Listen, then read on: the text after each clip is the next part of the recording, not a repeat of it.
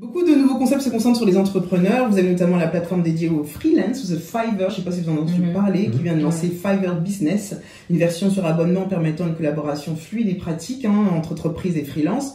Alors les entrepreneurs n'ont plus trop les moyens de se payer un bureau, par exemple, étant donné la situation économique. D'autres n'ont tout simplement pas envie d'investir dans ce type de budget. Et puis il y a ceux qui ont besoin de continuer à travailler pour se développer, mais hors de leur domicile afin de rester productifs.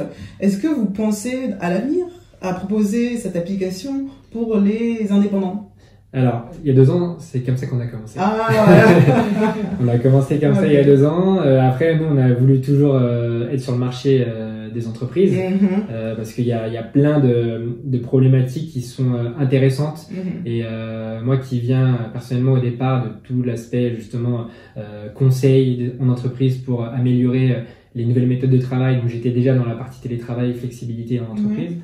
Donc c'est pour ça qu'on s'est concentré là-dessus. Pour l'instant, c'est pas du tout prévu dans nos plans. On verra à l'avenir. Pour l'instant, vraiment, la prochaine étape qui est déjà en marche, c'est vraiment les petites entreprises qui ont vraiment besoin de nous parce qu'aujourd'hui, typiquement, là, cette semaine, depuis qu'on a lancé l'offre TPE, PME et donc start-up, on a déjà eu 3 demandes d'entreprises, que ce soit aussi bien une petite entreprise qui est située à Marseille, c'est une crèche, donc on se dirait une crèche. Pourquoi une crèche?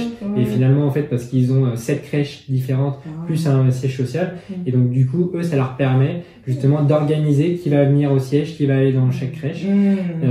Et aussi, là, on commence à avoir aussi pas mal de startups.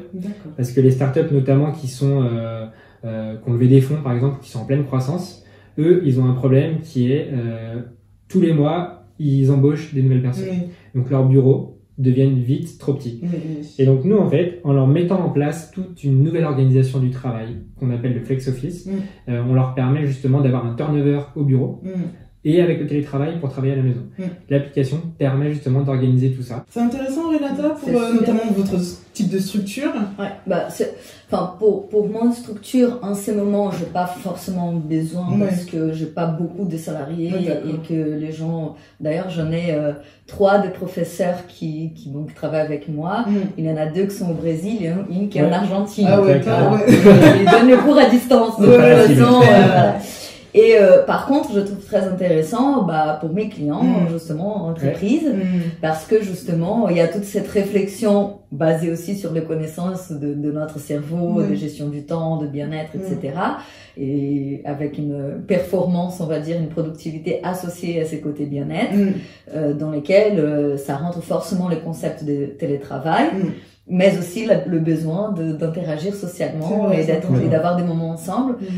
Du coup, je pense que cette transformation de mode de travail, elle est inexorable maintenant.